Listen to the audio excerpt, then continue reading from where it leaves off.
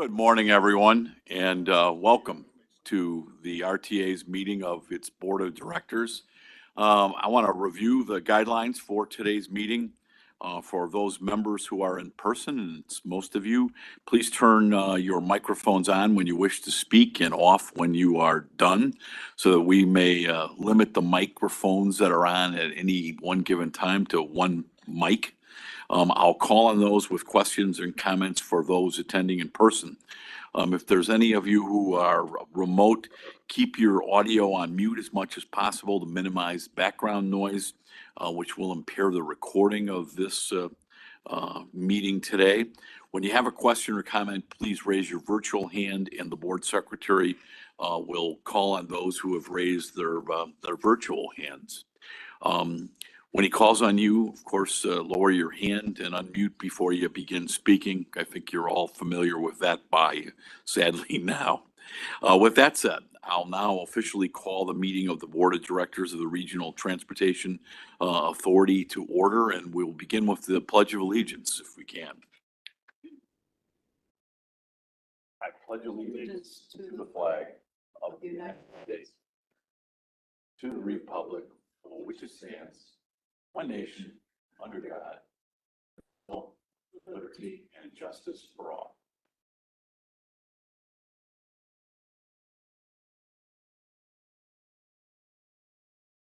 Thank you. Item 3 is the approval of the minutes from our last meeting held on March 16th, 2023. Are there any comments? Yeah, we'll take a roll call first. That's a good idea. Roll call, Mr. Secretary. Sure. Director Indulcio. Here. Director Carey. Here. Director Colson. Here. Director Fuentes. Here. Director Gavin. Here. Director Gorman. Here. Director Groven. Here. Director Holt. Here. Director Cotel. Here. Director Lewis. Here. Director Ross. Director Sager. Chairman Diller. Present. 13 present, Mr. Chairman. Great, thank you. And thank you all for your excellent attendance. And it's so nice to be back in the regular boardroom with all of you present. So item 3 is the approval of the minutes from the board meeting held on March 16th of 2023. Any comments or corrections? If not, seeing none, how about a motion in a second? Moved by Director Michael Lewis, seconded by Director David Indulcio. And with that, Mr. Secretary, please take a roll call. Sure. Director Indulcio. Aye. Director Carey. Aye. Director Colson. Aye. Director Fuentes. Aye. Director Gavin. Aye. Director Gorman. Aye. Director Groven. Aye. Director Holt. Aye. Director Cotel. Aye. Director Lewis. Aye. Director Ross. Aye. Director Sager. Yes. And Chairman Diller. Yes. 13 ayes, Mr. Chairman. Thank you. And the minutes are approved from March. Item 4 is the presentation. Is Erin Leanne, Mr. Secretary, is she on? Excellent. Item 4 is the presentation of the CMAP Partners for Progress Award. And Erin Allman is the Executive Director of CMAP. I think you're all familiar with Erin and her great work.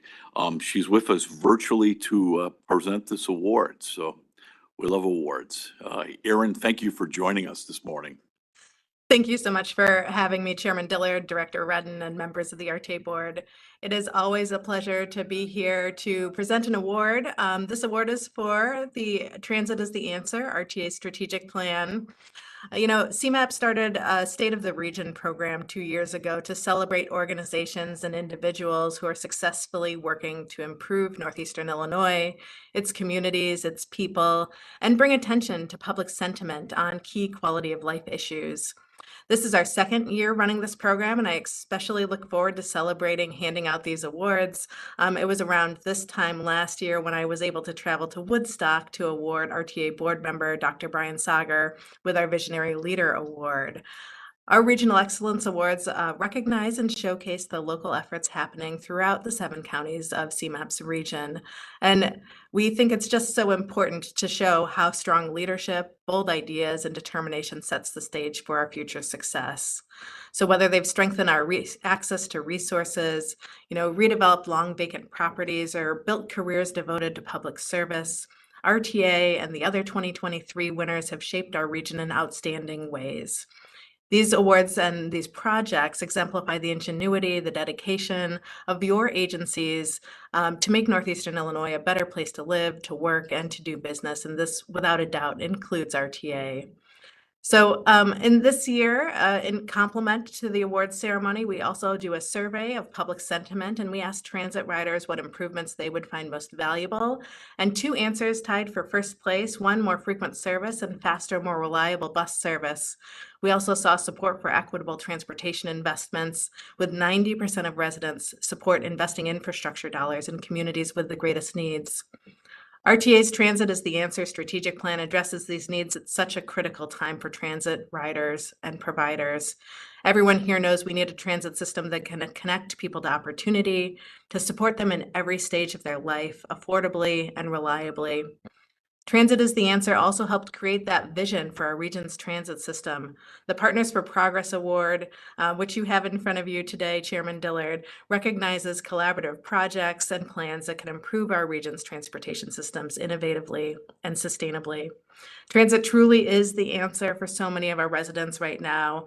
And this plan and our work together as partners demonstrates that the vision for transit is equitable, that it's sustainable, and it's really important to our residents and our environment as well.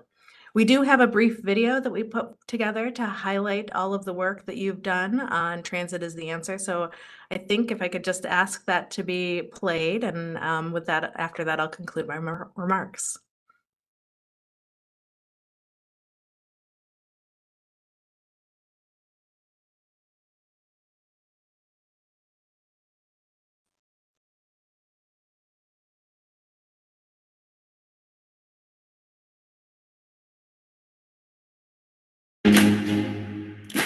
We chose Transit is the Answer as the name of our most recent strategic plan for our region's transit system.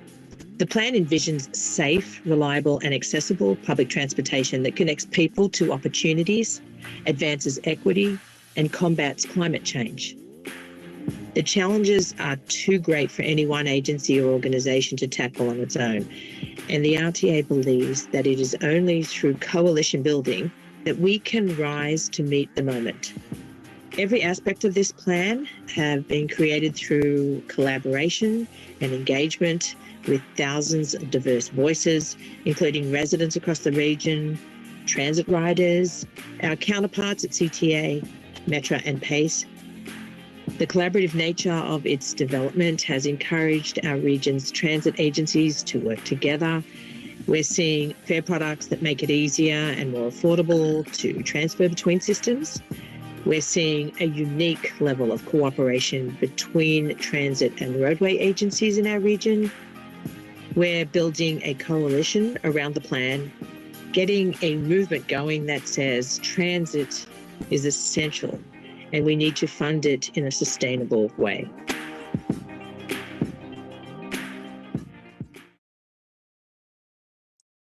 Well, thank you so much. I know that CMAP is a committed partner to RTA and helps support you all and the service boards advance this vision through ongoing partnerships and collaboration. Again, congratulations to the RTA, to your staff, and to your board to develop Transit as the Answer and for winning the Partners for Progress Award. It's truly well-deserved. Thank you. Thank you very much. We're very proud of this. And we really deeply appreciate, Aaron, the CMAP's recognition of the work that went into Transit is the Answer. Literally thousands and thousands of hours of input from a variety of individuals and groups throughout the region. And it's a great living document as we have used it often to show that transit is the answer to many questions that are facing us in this difficult period. I just saw a survey in the last week that proudly listed Chicago as one of only 2 American cities to be in the top 20 cities in the world with respect to mass transit. So New York and Chicago were the only 2 U.S. cities to be in this top 20 city. And That's great. And then in the last couple of days, going to what Aaron said, I just saw the opening of a new wonderful high-rise on the Green Line. And where transit goes, communities certainly do grow. I think that was in yesterday's Sun Times and other media outlets.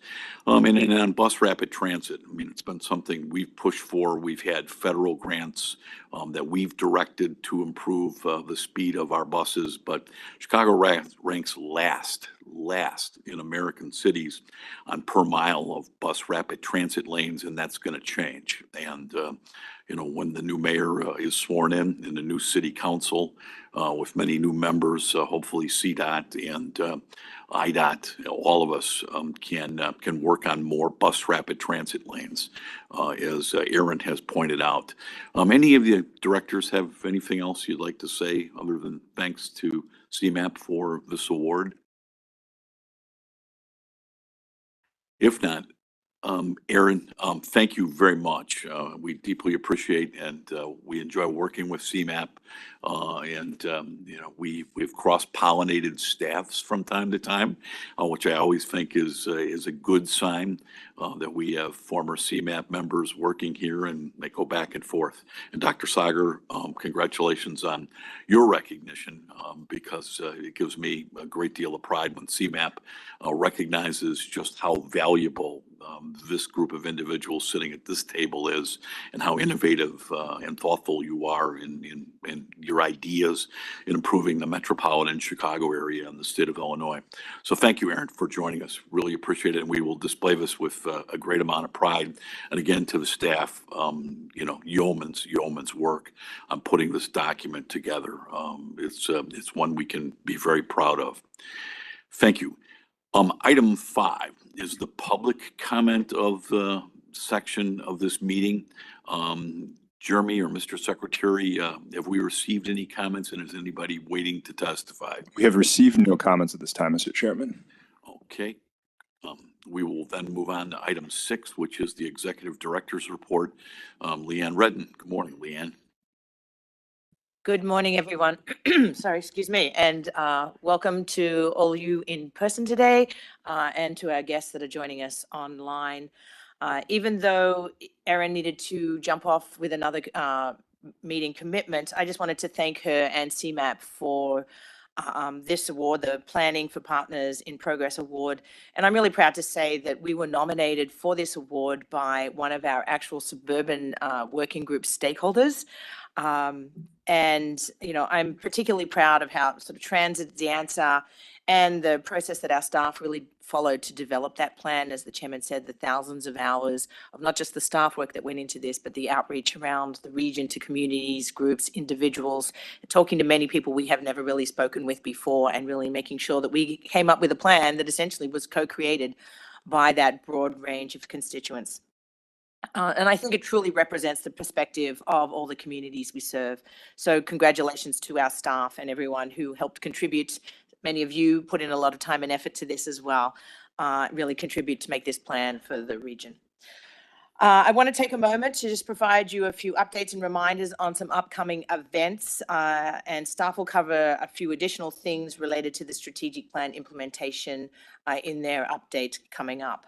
But on April 25, we will host an in-person morning open house on the 22nd floor here in this building. It will be a gathering, slightly a little more informal, but it represents the kickoff for the Transit is the Answer Coalition.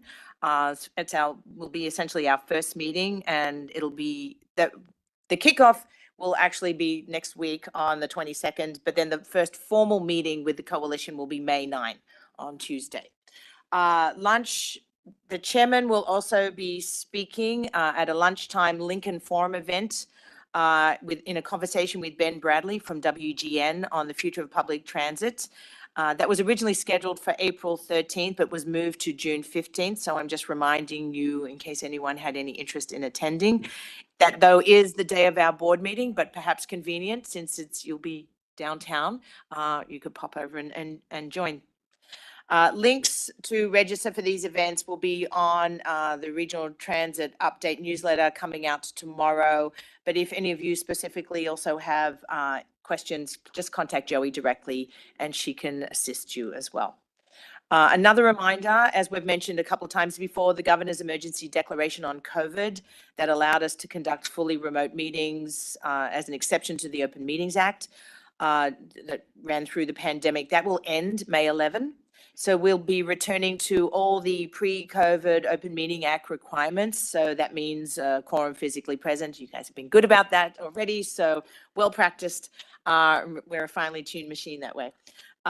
We will continue to provide, though, the opportunity for the public to participate virtually. And we will also be continue to live stream all our meetings as well as provide post-meeting video recordings that are posted to our website. So affording people many ways to sort of listen to and or join and participate in our meetings. Before I move on, I just want to give you a few updates on some staffing changes. I think most of you know that last month, our longtime Director of Planning and Market Development, Jessica Hector-Sue, left the RTA to join the U.S. Department of Transportation's Volpe National Transportation Center after spending almost 10 years with the RTA. So she really was the key staff person kind of leading the Transit is the Answer work and saw that through, and actually went back to her previous employer. She's going to actually help execute a lot of the federal programs that have been put into play. Additionally, the General Counsel, Nadine Lacombe, who has been with the RTA also for 10 years, it's a magic number, has taken a role as General Counsel at Argonne National Labs.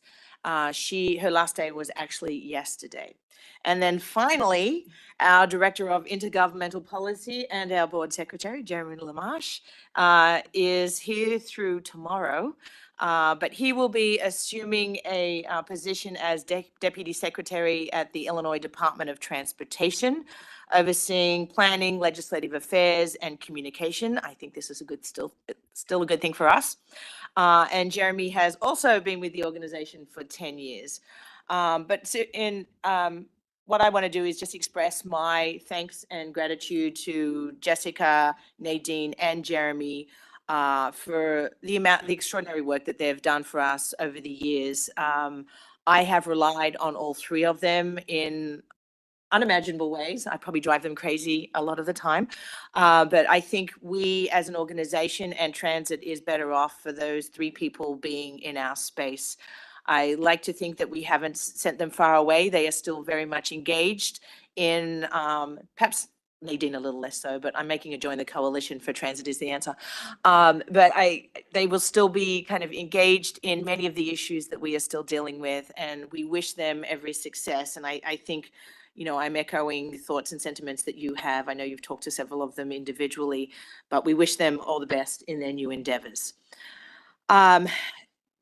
Also related to that, we had made some staffing changes to immediately fill those vacancies. So I'm pleased to announce that Alison Novak has been named as our General Counsel.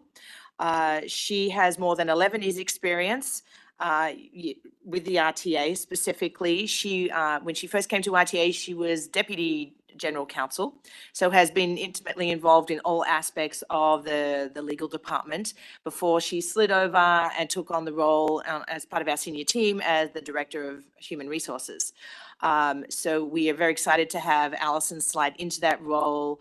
Prior to coming to RTA, she was Chief Counsel at CTA, and prior to that, she was in private practice. So she is well equipped to move into this role. We're excited to have her and sort of keep on running, if you will, with those positions. One staffing change associated with that, we will slide our very small HR department into the legal department. So the staff that she has reporting to her now will continue to report to her as a division within the legal department. And then secondly, I am also pleased and excited to announce, pending your approval of the ordinance on today's agenda, that we anticipate promoting Joey Silberhorn from Assistant Board Secretary to Board Secretary. I think all of you who deal with Joey on a pretty regular basis understand her skills, her contributions, that she will be do a great job in this role. So we're excited to have her to continue to grow and support the organization and support you specifically, as well as the senior team. So we will also be, we have posted the Director of Government Affairs position. Encourage any of you in your circles, if you know of anybody who you believe is a qualified candidate, encourage them to apply, because we are looking for, we have some big shoes to fill, and looking for someone to fill that position pretty soon. And very shortly, we should have the Director of Planning, Jessica Zoll position posted as well. So thanks again to Jessica, Nadine, and Jeremy, and best wishes to Joey and Allison in their new roles. So next slide, please. My computer is not happy today. Oh, there it goes. So, okay, just quickly on today's agenda, we'll do the monthly financials, an update on the implementation of Transit is the Answer. During that report, you'll also hear a little bit more on some of the legislative activities since our last meeting. Then we're going to ask you to vote on 2 contracts. One is for IT staff augmentation, which is a standard contract that we have historically had with a collection of consultants to support our IT staff. And one for printing and fulfillment services. And then finally, we will ask you for a vote on the ordinance appointing Joey Silberhorn as secretary to the board. So that's the end of my report, Mr. Chairman. I will turn it back to you, but happy to answer any questions. Thank you. Any questions of the executive director? If not, just one comment on from me on the staff. You know, I saw Jessica and always kidded Jessica that she not only was an engineer, she was a graduate of MIT. So we not only had an engineer here who had superb people skills and the ability to write as well, but we had a top-notch engineer. Nadine, I kidded her that she can take the Pace bus on shoulder down the Argonne National Laboratory as it runs down I-55, but she's only a call away, and she's still engaged. As Leanne said, she'll be on this new group that we're putting together on Transit as the Answer. And you know, and Jeremy, I've watched you go from the Senate's legal counsel, where I first met you, to your just amazing work here, and watched us give you more and more duties here at the RTA, because you are just an exceptional, I can still call you a young man. But having you as Assistant Secretary of IDOT is good for us. It's good for the state of Illinois, and congratulations. And then last but not least, just the bench. I think it's a tribute to Leanne and to the senior management here and to our staff that when someone like Jeremy leaves, it's a huge hole. But you know, Joey is just a superb, you know, workhorse. I deal with her all the time. And then Allison is a natural replacement for Nadine.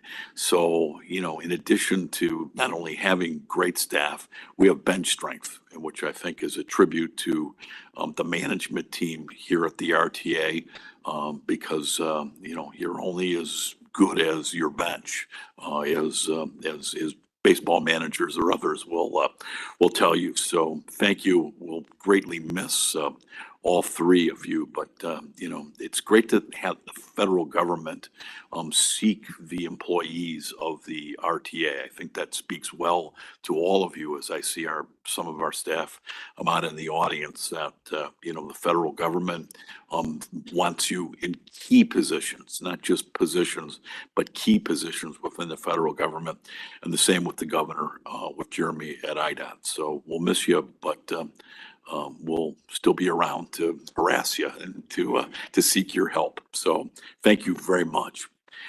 Item 7A is the report on the monthly financials for February of 2023. Doug Anderson's making his way to a table and will present the report. Good morning, Doug. Morning, Mr. Chairman, members of the board. Doug Anderson, RT Manager of Budgets and Analysis. Today, for informational purposes only, I will present the financial results of the service board through February, followed by a review of recent trends in the RTA's region's operating budget components over the last 6 years.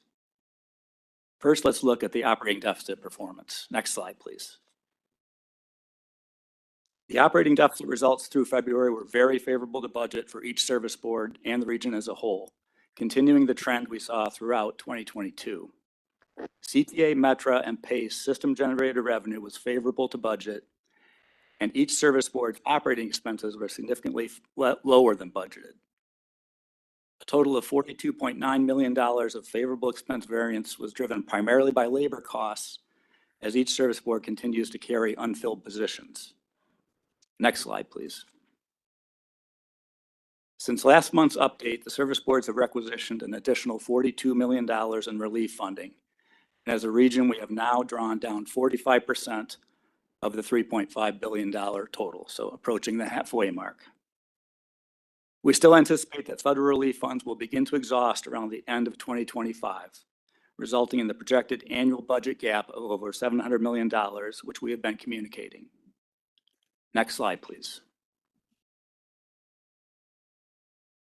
As a focus area for this month, we thought it would be helpful to review the region's actual financial results for the 3 years leading up to the pandemic and the 3 years since.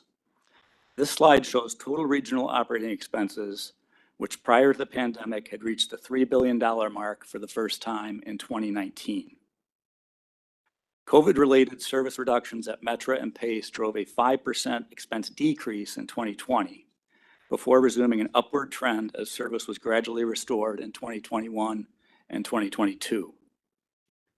The 2022 expense level of $3.135 billion reflects unaudited results, and you may recall that we project these regional expenses to reach $3.9 billion by 2026.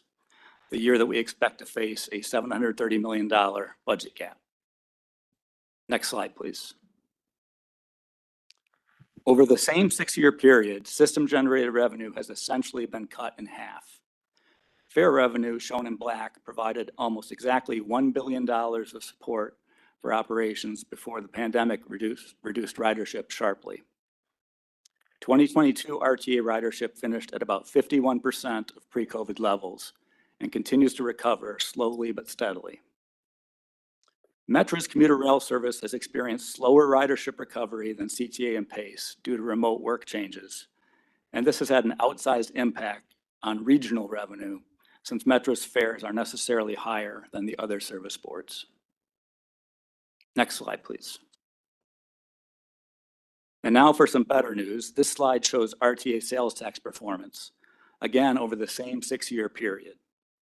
Although sales tax revenue did decline by about 8% in 2020, it came roaring back in 2021, fueled by a change to state law which extended local sales taxes to more online transactions.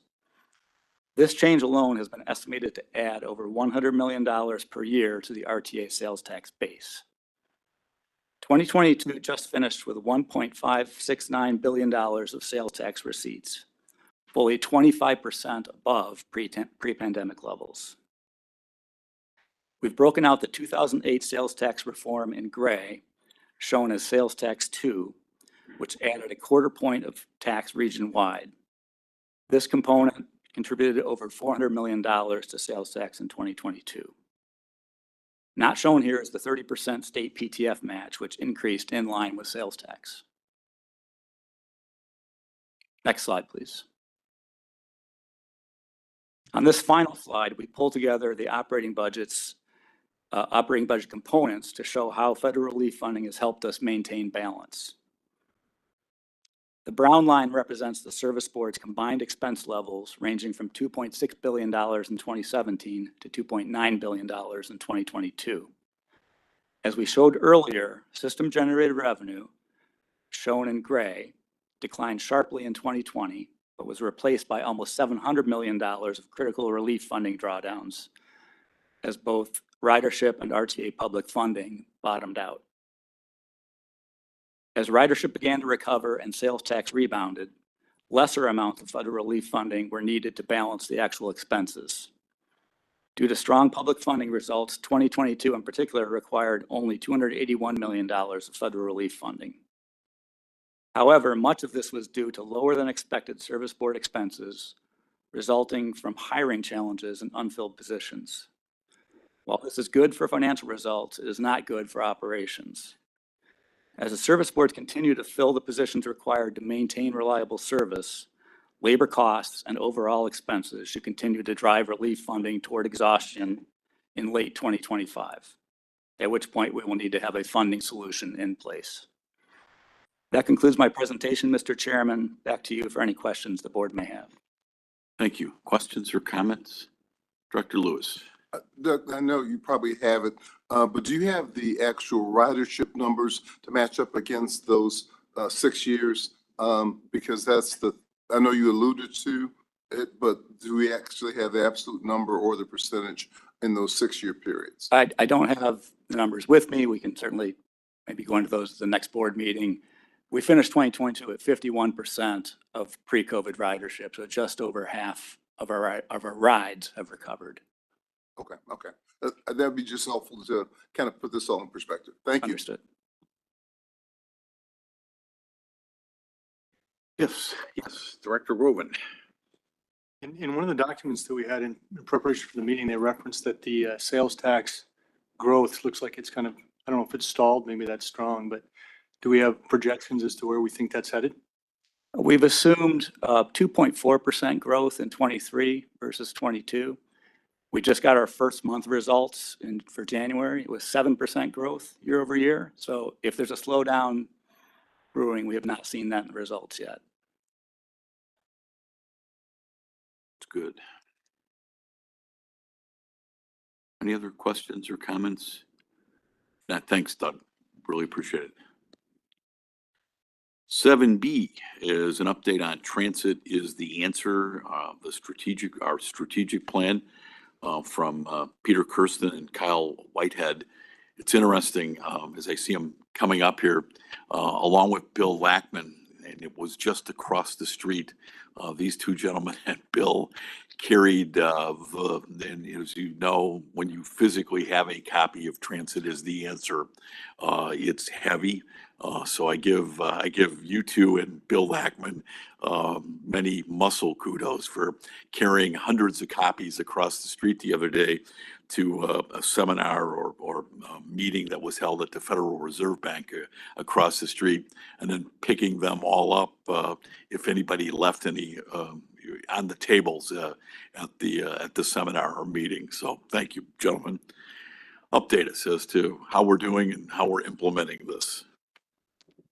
Thank you, Chairman Dillard and directors of the board for having us here today to provide an update on implementation of Transit is the Answer, the next 5-year strategic plan. So as you know, I'm Peter Kirsten, program manager for strategic plan implementation. My role has changed a bit as we're pivoting to implementation and in the context of a lot of other changes.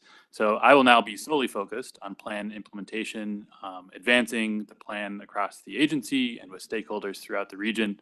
And then additionally, we're bringing on a second program manager who will begin actually next week, and you can expect to hear from both of us as we make progress. Next slide. So since we last provided an update, we've been hard at work setting up 3 separate elements of plan implementation. So you'll remember that the plan outlines actions for success. These are the shared regional projects under 3 buckets of funding, rider experience, and thriving communities. The RTA is committing to beginning all of these in 2023, and I'll briefly provide a progress update on each. Secondly, the plan makes clear our intention to continue to engage stakeholders as we pivot from plan development to implementation. The primary avenue for that being the Transit is the Answer Coalition, which we're building. My colleague Kyle will provide an update on that and all other engagement activities. And then lastly, our first quarterly report to the board will come next month. And today I'll remind the board of the new format and preview kind of what to expect next month and moving forward. Next slide. So actions for success. Recall that in 2023, we're committing to take affirmative steps forward to secure increased funding for transit operations and make the system less reliant upon fare revenue. So this includes 3 separate projects. All of the work ahead is being advanced with contributions from across the agency. Today, I'll share kind of which department is leading the effort, what the current status is, as well as any current activities. Next slide. So first is a campaign of outreach and education on transit funding. This effort is being led by communication staff, beginning this spring. Currently, staff are scoping and crafting messaging that will be the primary components of a public affairs campaign, as well as coordinating ongoing activities to ensure alignment with the strategic plan. Next slide. Next project is collaborating with regional partners to identify options, revenue, and develop revenue proposals. So this is being led by budget and finance team and is beginning now this spring. Currently, much of the work is focused on coordinating with service board counterparts to engage with the CMAP Plan of Action for Regional Transit, or PART. Secondly, work is being done to scope plan elements to guide efforts later into the year and beyond. Next slide. The third project in the funding bucket is to obtain continued recovery ratio relief while developing permanent funding structural reform. So this project is government affairs led, and it's beginning now. Work is already afoot. So we'll share in a moment more about engagement, but a major element of this is sharing the plan, stating our vision and principles. As Chairman Dillard was mentioning, carrying heavy boxes of the document around the region.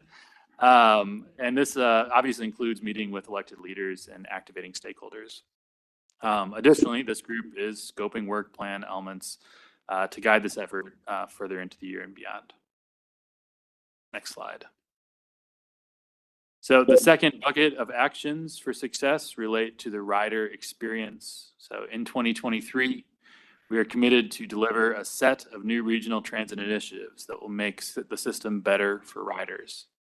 Similarly, this is divided into discrete projects being advanced across the agency. And again, I'll quickly provide an update on who's leading it, kind of timeline, and any current activities. Next slide. So the first project is to identify funding for the regional free or reduced fare program that would expand the current program to include people experiencing low incomes as eligible participants. This effort is being led by RTA Planning and Mobility Services, and work has already begun. Preliminary research includes demographic and policy analysis, so looking at what peers in other regions are doing, as well as the logistical elements of the existing programs. Additionally, staff are scoping work plan elements to guide this project and ensure that it is aligned with related efforts around fares and affordability. Next slide. The second project is to convene a safety and security summit. This is being led by Communications and Mobility Services with help from planning. We're aiming to hold an event over the summer, but that will be dependent upon how the summit is scoped and, most importantly, coordination with other stakeholders. So many different elements of government, social service, advocacy, and education have a stake in ensuring that we guarantee a safe and secure system for all riders. It is critical that we leverage stakeholders in facilitating a discussion around solutions to the challenges affecting transit. Next slide. Lastly, under rider experience, a review of the accessibility and usability of rider communication, signage, and information sharing. This project is being led by planning, specifically the Regional Coordination Group. The project will aim to kick off later this year. Current activities include scoping and work plan, as well as identifying what resources will be needed to advance the work. Next slide. The third area of actions for success is to collaboratively begin development of 3 regional action plans to program investments that support a thriving region. Next slide. First is to develop a regional accessibility improvement plan. So this is being led by Mobility Services and Planning and will begin this summer. The first step will be to coordinate efforts with the service boards. So CTA has been a national leader in development of ASAP, or the All Stations Accessibility Program, as a plan to guide investments to achieve a fully accessible transit system.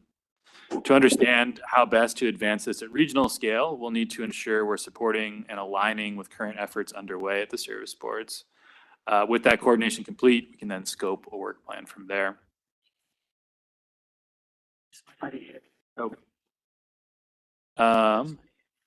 Or we're on it now. Accessibility plan. Advance one more slide. There we go. That's all right. Yeah. So then another project is an update to the Setting the Stage for Transit report, which is an existing report and sets standards for communities that host transit services and holds them accountable for land use decisions that impact access to transit. This project will be led by the local planning group and will kick off later this year. Current activities here are focused on scoping and then identifying needed resources to advance it. And I think you need to go back one slide, 2 slides, one more. There we go. Last project, also being led by local planning, and it's Climate Action Plan. So this looks at both continuing to chart this course towards zero emissions transit, but also ensuring that we are leveraging transit as a tool to achieve broader climate goals within the region. So again, this project will kick off later this year with the focus now on scoping tasks and identifying needed resources. And then I think you'll need to skip ahead 2 slides. Well, there we go. Over to you, Kyle. Thank you, Peter. I'm Kyle Whitehead, Principal with RTA Policy and Government Affairs. Since the draft plan was released in December, the Government Affairs team, along with Planning and Communications, has been out in the region sharing the plan's vision, principles, and agenda for advocacy and action. We've distributed 1,000 printed copies of the plan, including one to just about every municipality in the region. We've reached a broad audience of advocates and riders through dozens of social and earned media posts and stories featuring plan goals and 2023 activities. In February, Chairman Dillard spoke to a room full of civic and community leaders about the value of transit, the challenges the system is facing, and our plans to address them at the City Club. Next week, the Chairman and Leanne will be speaking about the plan at the Chicagoland Chamber of Commerce with their board of directors, which features many of the region's most prominent business leaders. On the legislative side, we've presented on plan priorities to the region's many county boards, councils of government, and transportation committees. In Springfield, we've testified at subject matter and appropriation hearings called by state legislators in both chambers and met one-on-one with key members of the Illinois General Assembly. In each of these meetings and hearings, we've emphasized the need for the region to secure additional operating funds to prevent fare hikes and service cuts. With the waiver from the state's 50% recovery ratio requirement set to expire at the end of this year, we continue to advocate for further relief in 2024 and ultimately permanently eliminating the recovery ratio requirement. On this point, we've received positive feedback in meetings and hearings from legislators who recognize the requirement is outdated and change is needed to strengthen the system's finances for the long term. At the federal level, we've met with members and staff from our Chicago area congressional delegation to update them on our funding needs and discuss a potential role for the federal government to provide ongoing operating support. We've been meeting virtually often with members and staff, and in almost every meeting, they've held up a printed copy of the plan that they have on their desk in their office in DC, which is always good to see. Next slide.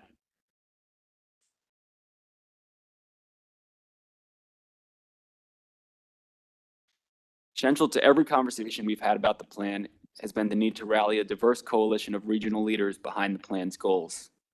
Very little of the plan's agenda can be accomplished by the RTA and the service boards alone. This is why we continue to build a coalition of riders and advocates who are committed to helping advance our agenda. This coalition recognizes the extraordinary value of the region's transit system and is eager to help us carry that message to the people with the power and ability to advance the plan's goals. Next slide. In May, RTA will host the first quarterly meeting of the Transit is the Answer Coalition. This will follow the coalition kickoff open house next Tuesday morning, as Leanne referenced, held right here at our offices, where we hope to generate enthusiasm and excitement for joining the coalition. At the first meeting on May 9th, staff will share updates and progress on Plan 2023 activities and provide opportunities for coalition members to provide input and feedback. Members will also have the opportunity to get more deeply involved with specific projects that align with their areas of interest and expertise. All of this builds off the robust engagement that informed the development of the strategic plan. Next slide, and I will pass it back to Peter. Thanks, Kyle. So the last element here is measuring our progress. So we're seeing this both as a way to hold ourselves accountable and be transparent in communicating our success. With input last summer from the working groups, the plan includes a set of performance measures. The measures are organized under each of the 6 outcomes that we developed as a part of the plan development phase. So 3 of the outcomes relate to the future of the system. The system will be in a state of good repair, financially stable, safe, accessible, reliable, and useful for riders. These outcomes are within the direct control of the RTA and service boards and include measures such as capital funding, backlog, operating costs and revenues, and ridership and accessibility measures. Then there are 3 outcomes which relate to achieving a region which is connected, winning the fight against climate change, and thriving. These 3 regional outcomes are less in the direct control of transit, but which a great transit system influences and in turn impact transit's effectiveness. So these measures track how well transit connects people to opportunities, greenhouse gas emissions and vehicle miles traveled, and measures of transit-oriented development progress and household transportation costs. So we'll have more detail on these measures at the May board meeting as part of the first quarterly report. Next slide. In summary, more to come on Actions for Success, the Transit is the Answer Coalition, and measuring our progress. Additionally, as referenced, there are a number of immediate things to be aware of. So this coalition kickoff event on the 25th, May 9th, the first Transit is the Answer Coalition meeting. It will be a virtual meeting. Next month on the 18th, the board will receive the first quarterly report. And then in June, we'll also be kicking off the Transportation Tuesday webinar series. This concludes our presentation. We'd be happy to answer any questions. Thank you, gentlemen. Any questions or comments? Director Gorman. Yep. Thank you, Peter and Kyle, for the presentation and, all your work. And, as we move forward implementing this Transit is the Answer plan. Just a couple of questions. So, Kyle, with the government affairs, you listed a whole host of the roadshow of, senators and, whatnot, county boards. Did you already address those county boards, or is that something that's to be done yet? Sure. I would say yes, both. Some things have happened and things will continue to happen. I mean, I think broadly speaking, because a lot of this is an education, early on, this is an education campaign, we know we have to hit people probably a couple of times and regular and provide updates as we make progress on things. Specifically related to the counties, I have made a presentation, well, actually with several staff as well. We did a presentation to the county board chairs. They meet, is it quarterly or every other month? I don't recall. Quarterly, thank you. That was just a couple of weeks ago. So it was all the county board chairs and the county administrators and some other staff that occurred. We are continuing to do, obviously, the last time we spoke to the full county boards was around the budget presentations, but we did talk about the plan because we were pretty close to being done and a lot of the work in that space. So so we have had and will continue to have many touch points and conversations with them, formal and informal. If any of you also are talking to your appointing authorities and want more information from us, we're happy to either join you or provide you additional information. So there'll be many touch points, I guess, is sort of the broader point. I don't know if either of you wanted to add anything else. Yeah, I mean, that's just what I was getting at. So if there is a presentation to be made, if the county boards are willing to, put Transit is the Answer on the agenda, that might be something, that, we could, all do together. Absolutely. Like if we were putting something, we would set a Cook County presentation, we would notify all our Cook County board members and say, this is happening, this is the date, time, welcome to join us and participate. Likewise with any of the collar counties as well. Yeah, that'd be great. And then also, the Transit is the Answer Coalition on April 25th. Now, who are the members that are looking to join? Is it riders, staff? Who? Because it said members will join. Who would be the members you're looking for, or who are you looking to invite? Anybody who wants to work with us on implementation. So as you heard Peter talk through, there's a wide range of activities that we're looking to tackle this year and moving forward. So we need a range of expertise. We definitely want to have people that have experience using and riding the system, but we want climate experts to contribute to the climate action plan. We want disability rights advocates to contribute to the accessibility plan. We want advocates to join us in pushing for more operating funding and trips to Springfield and DC, right? So it's open to everybody who wants to work with us on implementation. And the good thing there is we have a really good base of support of people that contributed to the plan and that robust engagement process. So we're pivoting a lot of them into the coalition, and then they'll work with us on implementation. All right, great. Thank you. Thank you, Chairman. Dr. Carey. Thank you very much for the information. It was good to hear that we're moving forward. Every one of the updates included a line that said scoping the work plan. So are these work plans going to be posted somewhere? What's the level of transparency there so that we can keep an eye on it and see what progress is being made as well as the public? Yeah, great question. The plan is to share the work plans with the coalition members. So at the first meeting, we'll have a presentation that's kind of similar to this, kind of showing the full scope of work at a higher level. And then we'll get into some more details and get their input on one of the specific projects. But our intention is to be transparent in kind of sharing details like the timeline, staff that are involved, what is the project description, as well as some of the initial tasks for each project. And the primary venue would be the coalition and reporting to the board, as well as, there could be other avenues if requested where people want to see that information. Okay, thank you. And I think early on you said that a first quarterly report will be next board meeting. Is that correct? So what's the difference between, I assume you're going to give us some kind of update at every board meeting, and what does the quarterly report consist of then? So that's kind of a continuation of the format used for Invest in Transit. So it reports on a quarter. Oh, right. And Okay.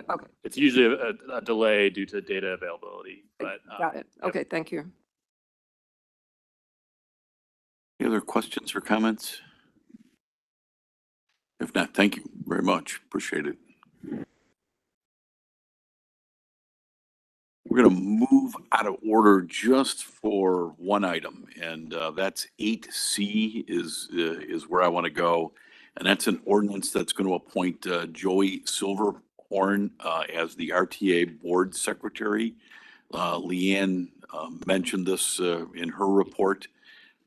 Any questions or comments on this, or can I have a motion in a second that Joey gets appointed as the board secretary? Director Gorman moves, seconded by Director J.D. Ross, that Joey Silverhorn will be the board secretary to replace Mr. LaMarche when he leaves us to go to IDOT.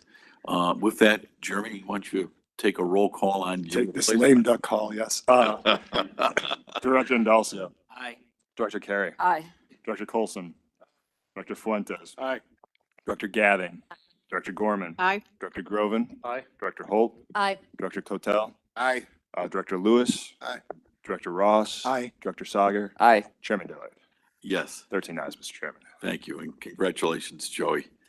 I think we can address the following agenda items at the same time as they appear on the board agenda. The items for consideration include item 8A, and that's an ordinance authorizing contracts for IT staff and augmentation services.